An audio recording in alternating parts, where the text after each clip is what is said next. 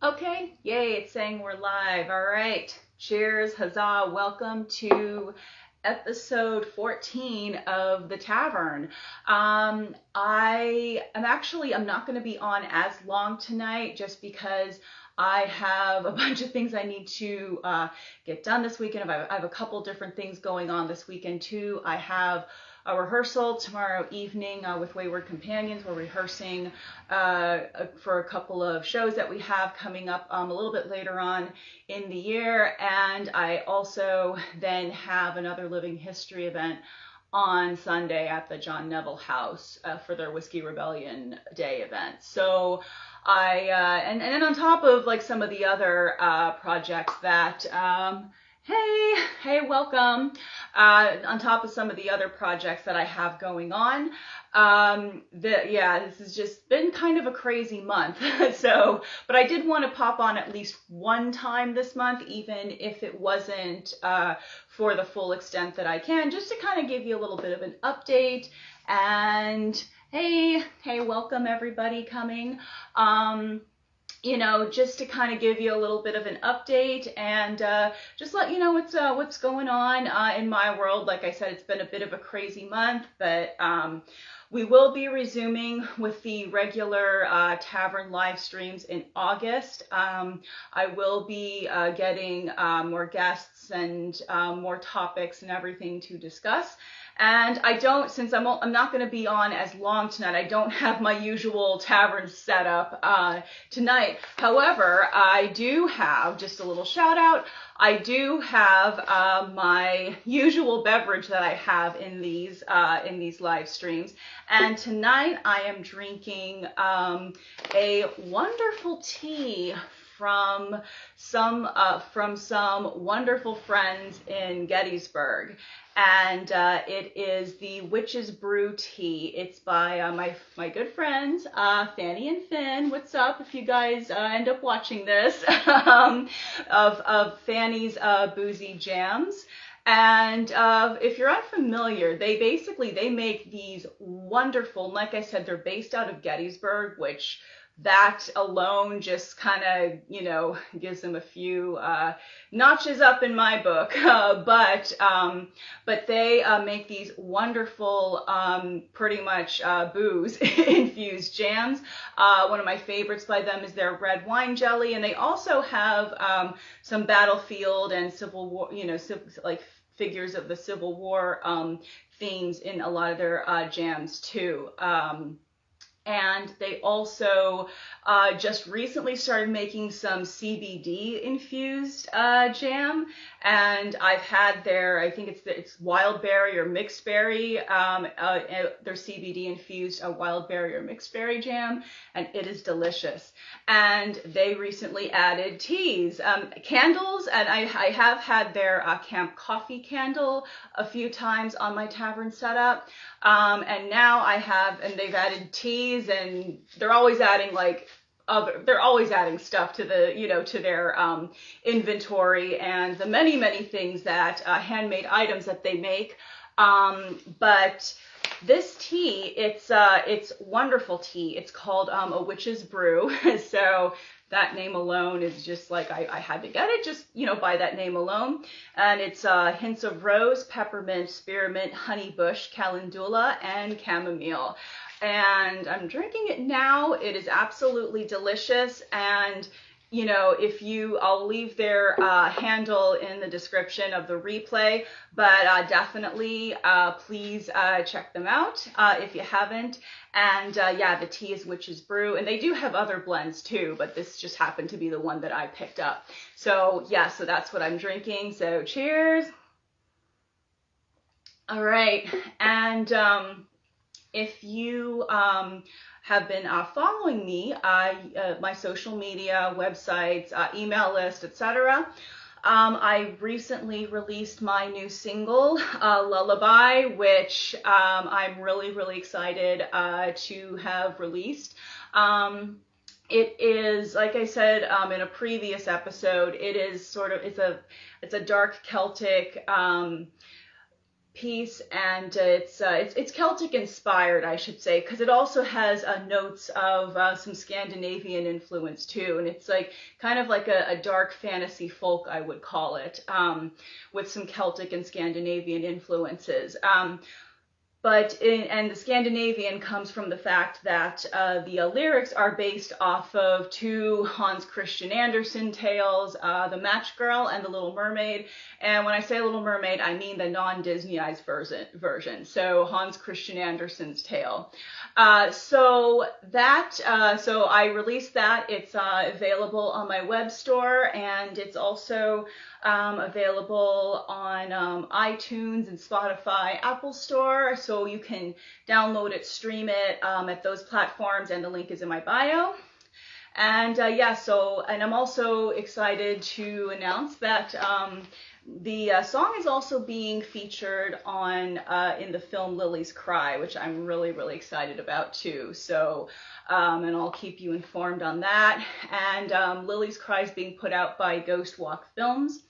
And I'm also collaborating with Ghost Walk on another project. And this project, it's based on a short story.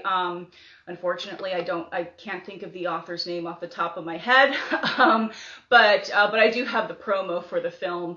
I've shared the promo for the film a few times, and I do have and the promo does have the author's name, but I'll also put it in the description too. But it's based on a really cool short story, and it's called He Was Asking for It, and I am really, really excited to be writing the song, because the song is a little bit different from what I normally do. It's a little bit more of like an old-timey kind of jazzy sort of song, but still they want it to still kind of have these dark undertones to it. So, I did read the short story. Of course, they sent it to me so that I could kind of get the feel for what the overall film is going to be. And I've already kind of come up with like a little baseline piano part for the song, and I'm going to be elaborating on it too. So, I'm really, very grateful to Ghost Walk Studios for the awesome opportunities, and a shout out to Rocky and Charlie of Ghost Walk, and I'm very, very grateful for the opportunities. And so I am also going to be releasing my podcast this month. I'm so excited. It's been a long time in the making. I've always been wanting to do an audio, much as I love doing these live streams, I've also wanted to do a pre-recorded audio podcast as well. But I never really had a handle on what exactly I would want the podcast to be on. I had a few ideas, but nothing that really made me go like, ooh, yeah, I'm excited to do that and to produce that. But the podcast is going to be called The Hidden Library, and I will be discussing several books that I have read.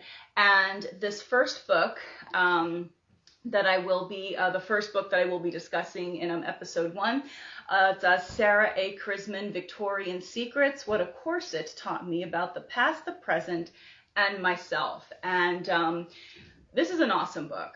I really appreciate Sarah Chrisman for writing this, just because there's just so much misinformation out there about corsets. And as somebody who is a history nerd, somebody who participates in living history and reenactments, and someone who history really influences a lot of the music and the stories that I write and choose to do,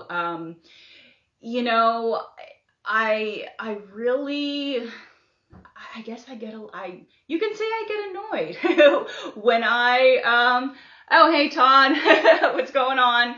I guess I get a little annoyed when I see, just all of these, just misinformation and myths being passed around. And little preview of what I'm going to be discussing in the first podcast.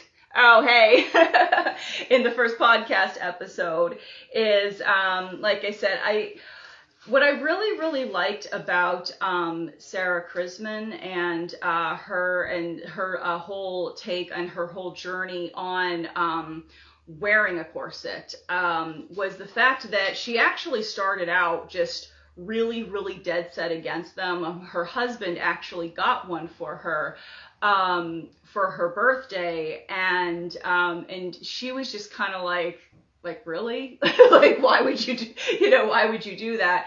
But when she started wearing them, and she will say, and the thing is, it's like she really takes you through the steps. Like she went through the initial phase of, just kind of like being like, a little bit like, all right, to her husband, like, why would you get this for me? And then she, to actually trying it on and, finding out, okay, maybe this isn't as bad as I thought, but it's still, basically it was something that she wasn't used to wearing.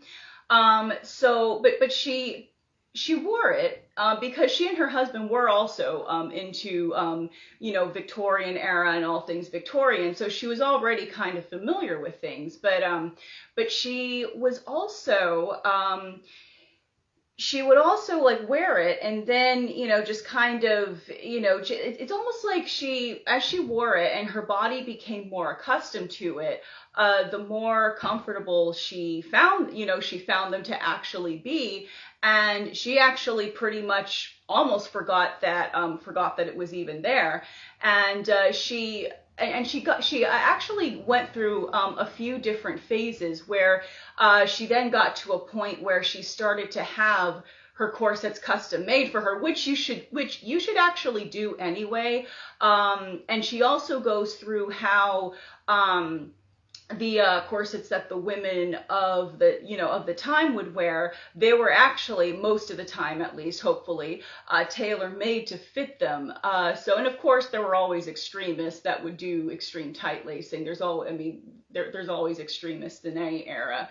But I really appreciate her take, and I'm not going to say too much more just because I'm going to be delving into it a little bit more in the first podcast episode of the Hidden Library. But I'm really excited about that. That's what's going to be coming up. And I ordered 2 more books last night. I got Richard III, and it's a book on Richard III. I forget what the exact title is, but it's a book on Richard III, and then another book on Elizabeth Woodville, or The White Queen. And I started watching The White Queen again, since I'm working on an album that's based off of the Tudor era. And at first it was just going to be on the Tudor era, but then I also started delving further back into pre-Tudor, the Plantagenets, which is Richard III and his brothers. The more I was just like, I should just make this about both of them, and the whole just the whole Wars of the Roses, and and just incorporate all of that. So as I was doing my research on the Tudor album, it was my intention to just kind of start watching the Tudors again. And and I know, because there's always going to be someone who's going to be commenting. I will say, yes, I am aware that these shows are not completely 100% historically accurate. All right, I totally, trust me, I know that. Because there always seems to be somebody who has to say, oh, those aren't historically accurate because of A, B, and C. And it's like, I know. I just, I like to have them on. I enjoy them, and to me, and I've discussed this before when I've had April from Fashions Revisited on, and Eliza of Silk and Sass 76 on. We've discussed the fact that, you know, what these shows can serve is the fact that, you know, these might get people who might typically not be into history may be interested in actually looking into the real history and actually keep some of that alive. But it was my intention to actually start watching the Tudors again. But then when I started looking into more of the Plantagenet era too, it's just such and just really just, I don't know, just an amazing just tapestry of just history and just so many different twists and turns, and everybody has their 6 degrees of separation with each other, and you know, and I started to go back even further, and I started watching The White Queen again, because Elizabeth Woodville, I mean, that the White Queen was first, and then the White Princess, which is Elizabeth Woodville's daughter, Elizabeth of York, and then of course there was the Spanish princess, who was Catherine of Aragon, and Catherine of Aragon was first married to, she was actually not married to Henry VIII at first. She was married to his older brother Arthur, and Henry VIII's older brother Arthur was actually the heir to the throne. Because in royal families, you had the heir, you know, that's why you wanted to have big families, because you wanted to have the heir, and then you wanted to have the spare. And the spare was going to be there in case something happened to the heir. So, I know it kind of rhymed, but Henry VIII, believe it or not, was the spare. His brother Arthur was the heir and the one who was meant to be king. They were both the sons of Elizabeth of York and Henry VII, of course.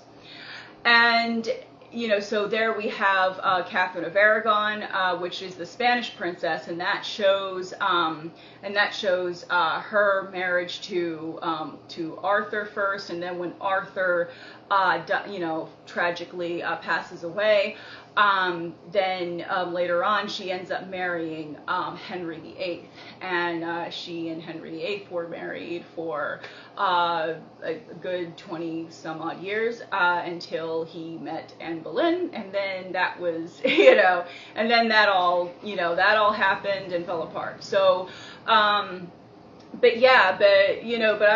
just wanted to watch them just in the sequential order. The White Queen, the White Princess, Spanish Princess, and then finally I'll watch the Tudors again. But I just like to even just have those on, just kind of like as some inspiration if I'm, writing songs for the album, or sometimes, I might, just get like an idea for, a lyric or a piece of music or something like that. So, all right, but I just wanted to hop on and say hi really quick. This episode was not going to be as long as the normal ones, just because, like I said, this month is kind of crazy with with everything that's going on. But I will be back in August with normal episodes, and I will be back with guests as well. So thank you for those that actually caught some of this, and for those that just caught a little bit of it, I will have the replay on here very shortly. So all right, so cheers, and I hope you have a lovely weekend. Have a wonderful rest of July, and I'll see you again in the tavern in August. All right, thank you. Take care. Have a lovely night. Bye.